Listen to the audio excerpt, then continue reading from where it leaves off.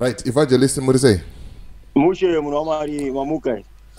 Tamuka tirimo munyasha tinayo hondo yemuswa 17. Yeah. It's our best part move. Put forward. It's the wish of everyone. Kuti, we need to deal with this thing once and for all, and we pray kuti even you are tungamira edu tungamira. Vapindu nemoyo wa Mwari varige kuisa politics kumberi vaite vanhu kumberi. Right, mukona ku Cameroon chabvondoka futika. I'm not aware. Nanyiza zvimatagaska izvo. Cameroon chabvondoka vanhu vasikufara saka inenge season yacho yekuti people are not happy and people are stepping up. Ku Cameroon I think ndio yangana the oldest president, isn't it? Exactly. Oh, yeah. So I think it's a movement. It's a spiritual move that is happening on the nations. God is changing things. So it's our vague prayer kuti Mswa 17 ite zvikabudirira zvabudirawo futi ma leaders areas I was saying vapindu nemoyo wa Mwari varige kuve nevanhu vari vaneka kukara so that we will build this nation, because that's another opportunity, the window that is giving up again. I know kuti vanhu vazhinji vane mubvunzo vane machichinyi because zvimwe zvacho zvakaswa mubvunzo address yamudharawo yanga isina kuti JK ameno tinga takambodiscuss papa tikati we do not jump the gun, maybe achadzoka pakati apa achizoleya out zvega zvakamira sei, because the way I address kutanga katanga chingoti Harare chete, then pakuzoaddressa netsamba yake ndo pakazoti the whole Zimbabwe which is what we wanting. Everyone wanted to happen like that way, because it must not be Harare alone. Usikave Harare alone kunogona kuti mapolisa ese kunana Gwanda kunana Bulawayo anogona kututirwa muHarare imomo. Exactly. Vakava able to control the situation. Even kuma social media, especially for XAP, they are all over the place. It's a panic mode. They know what is coming. Ndio nyaya vanochika hiyo mass demonstration hiyo vanochika manje. Right. Saka it's our prayer kuti maybe they are all united to sangasana chamisa kusangasana nevanhu vese we put all our hands and our heads together so that we try to solve our best can we solve this issue. Yes, I know. Just I was saying, maybe the way our Mdara addressed, but when I listen to Mdara Whitehead, I trust him. No matter the situation, we ask him a pertinent question about are they together with Mdara Gezairi? Yes. He just say say. So I hate that Mdala is saying let's go. So because of him, at least we can put a trust, because he's the man whom we believe kuti pese pa aya taura angasikatauri politics aitaura zvechokwadi. The problem is our saka ukaona vachitaura vachidaro, he cannot maybe tell us all the details, but it's a revelation kuti there is something that is brewing. Maybe ari kutoziva kuti chinhu ichi chinoigona chine vamwe vanhu vari kutoshuvira kuti vavepo, but they cannot divulge now because we are dealing with a demon. Rekuti rikangonzwa kuti kwese kwariri rinosvika richisnifa tange police dog inoda kusnifa kunge pese pane mbanje inosvika ichitsvaga kuona kuti zvakamira sei, so that they can destroy all the people. Because right now we talk to those guys, they are not sleeping. Varari is strategizing how to stop it, how to neutralize it. So sometimes tikazoramba futi tichine mubvunzo tichibvunza but what you can say, we say as we have said before, what thing that I believe, that I trust, God is not going to allow this time when there is any deception. God is not going to allow anything. So if you see it being allowed, it means God has a plan. Exactly. God has a plan. We have a lot of questions that we need to know. He never told us. But whom I want to address very, very vividly and very aggressively. I know vanotera vanozvinzwa vakarasana Traore. I heard Traore group rakakabva tochinja akati chiwenga for president, which is very wrong. Is dividing people. You understand? Here our hands and our heads, they must be together. At who must be the president? And we are not yet there. We must just speak about removing this monster, this monarchy. We must put address chiwenga for president. Do not divide our hand, because people they've got a question. If Chiwenga kapinda, are they going to maintain the system of ZANU-PF? So you must not mention that. We must just say, let's go to the spirit and we fight this bull in our face, and we try to win. Tikawina tuona tusakafamba zvinomira sei. Who be there? Also us. Takatotsvagira tumwe tumaheti tumwe tokuti tinongobudisa ziso nemuromo chete nemhino dzekufema. Haticha mafanidzo akadaro baba, tiripo. We are not afraid to die for our country. Tiripo. Tinoona kuti social media say, but hatisi kuzoira sechibhubhubhu. Exactly. We know that we are dealing with evil vanhu vasingachiri kuteura ropa. Yeah. Saka kuti maybe what happened in Madagascar and what is happening in Cameroon zvikanyazobudawo. That soldier Madagascar, that was a powerful statement. Yeah. Our soldier edu, they must learn from him when he said we never signed to shoot people. Yes. Papa aitotaura chonongedzerana vhini Zimbabwe. He was not, I was in Nigeria, but he was speaking even on our country. This is not proper. The soldier, because the soldier my brothers are. Exactly. And we are fighting in 2017. We are fighting even for them. Exactly. We cannot police survive under corruption. Muti mudzi nemakombi kuti muone mari muchida kupiwa mari dzekusenzo dzema$5 $10 vanhu vachifa vachita sei. We don't want that. At the end of the day, iwewe kana wadaro wamhaisa kombi, vanhu vanogona zvikanga ndo wakazvita, but ropa veko zotera vana vako. They choose that you were involved. Exactly. You see, so we need to be very vigilant and very be wise. Masocha ngazive kuti we are fighting for them. We cannot have this monarch kuti whoever is supporting the beast is the one that are not. We don't want such a. And we know that they are not even safe. Saka ivo vana general zvati kuvapasa zvanamberageza vese vanhu veZANU-PF. They must know this. Right now vanhu vari at risk. Ndivo vana Chiwenga. Ndivo vanhu vese veZANU-PF vakati zvanamberageza. Kudarika opposition, kudarika vamwe vanhu vasiri part and parcel of this. Why I said vari risk? They are at risk. If they fail to support us, Masoja, they know that their lives they are living in the hands of Idi Mnangagwa. You cannot have a person who controls your life. You control that guy. You want to act like he's an Alpha and Omega in our country. It's like a half god. Whatever he says, it goes. Only those who bow down to his useless throne. So Masoja, they must have this in mind. Is it proper to continue to suffer under one man, or you just suffer once in 2017? Even when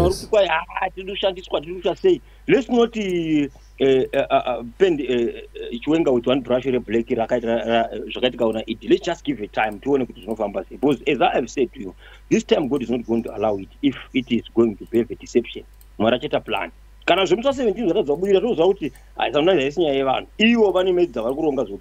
you can hide from people, but you cannot hide from God. God sees things done in secret. So this is the time for them to be truthful, to be honest, and to be really put aside. All of them they have stolen. And at least even side 17.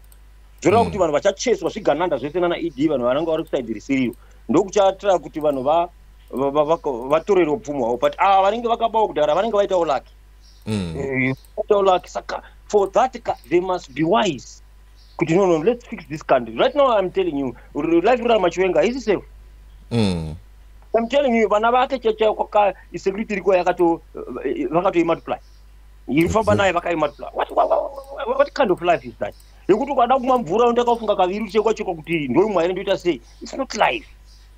So, 17, let's come and fix this thing once and for all. Once and for all. Yes, once and for all, because a lot of our brothers are being abused. Look at South Africa. South Africa drew on Zimbabwe. They wanted Zimbabwe just to give the silver plate.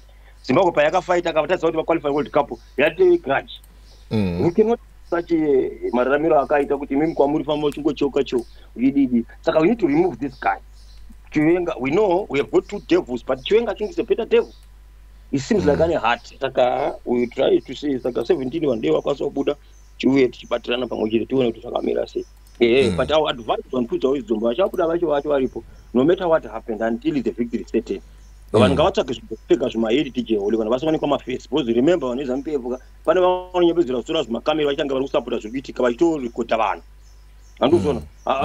you hear they were followed?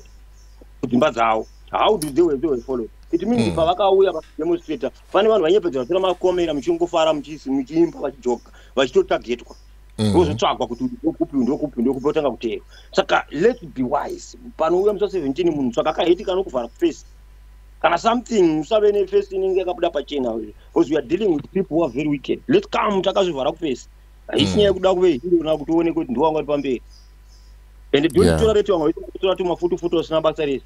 Don't tolerate even vanonyepedzera vayazoitange majelesi achiitavhiwa. Be careful now. Andozona taino mukadzi uya akabuda achinzi kwa ayazoti muzipana patakazonzwa kuti vanga vari mandakafa vaida kuti vaattracte vanhu vakawanda. Don't tolerate vanhu vasingazive vada kuinterviewa huyu mndazi ino vanouya vachiti we are journalists tazoya toda kunzwa taure pfungwa yenyu. Never allow such a thing. Exactly. Saka people they must be wise. Ngavauye vakapfeka kana kuti mahedi toyata timaninja tikubudisa muromo nemhino nemaziso chete zvinopfekwa nemarobhari zvazvo uya wakaroverera kana nemamaski wakapfeka izvo hazvirambidzwe izvozvo. Your life is you never know, maybe toona kuti 17 yacho and people they must not think that ED in 17 kunabviswa. No, it's gonna be a wrong run inotanga mu 17. As for me, I think on 17 ndo pari kutanga nyaya iyi, but it's not the end. It's gonna be a long run because that guy is ready to defend. And pekutanga vanogona kuuya zvichiva vakatry kuda kuvhara but they'll give up if people continue to resist. And the mileage charesista vanhu ichadeterminwa nemaleaders ari kuronga nyaya iyi. Vakasave nemweyo deception vomira pachokwadi kuti they want a real change.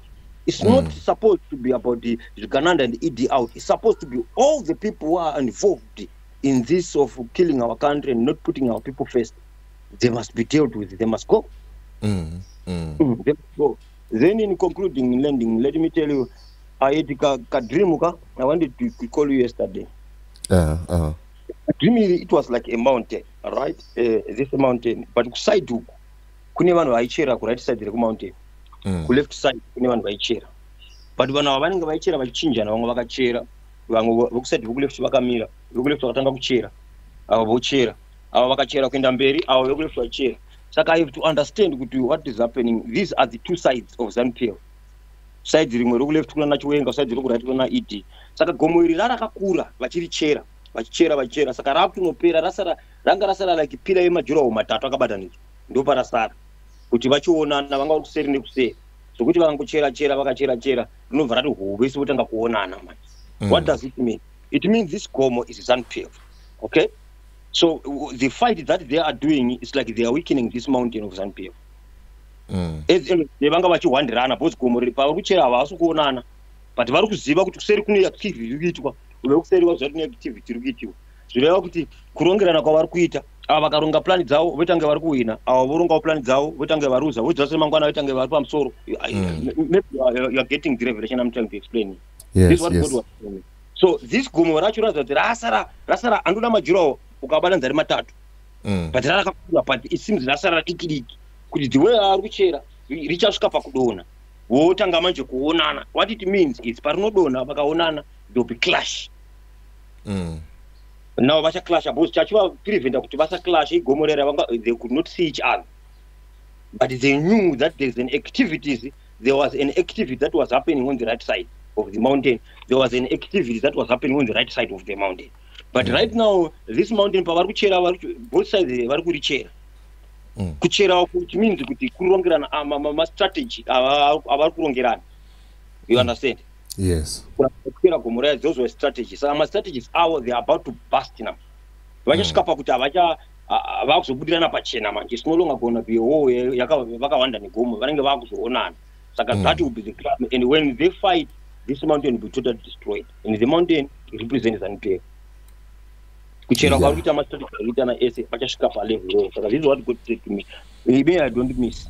I want you to mark what I have told you. Zvichida pamwe 17 machipa panhu panotanga nyaya kana before ipapa panoita nyaya pachaita nyaya. Because step futi madhemo yaya inogona mutimi chironga kusunga vamwe papa.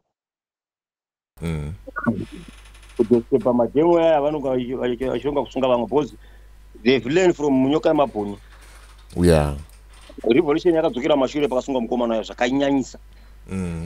Vakanyanyisa zvokuti kuti pauye munhu anovhara zati gepu rake havasi kwanisa kuva vana vari honest. Yeah, chokwadi. Saka this is the agenda. We are planning it to straight up say who can we arrest kuti tione kuti zvakamira saka igomora vari kuchera rori. At the end of the day people will celebrate when the time is right. Thank you. I understand, Evangelist. Thank you very much for your time. Amen. Right, chiri musaka ngachirambe chizvinzwira mazwi amai Chisamba avanogara vachitaura kuti chiringazuva chedu chatsvuka. Chiri musaka chinoramba chichizvinzwira. Ya, mashoko echenjedzo, mashoko makukutu kubva kuna Evangelist Bullet. Hanzi tichange tiriko takapfeka zvimaheti zvakavhara kumeso zvakangovhura mhino nemuromo. Ngatingonosangana ikoko.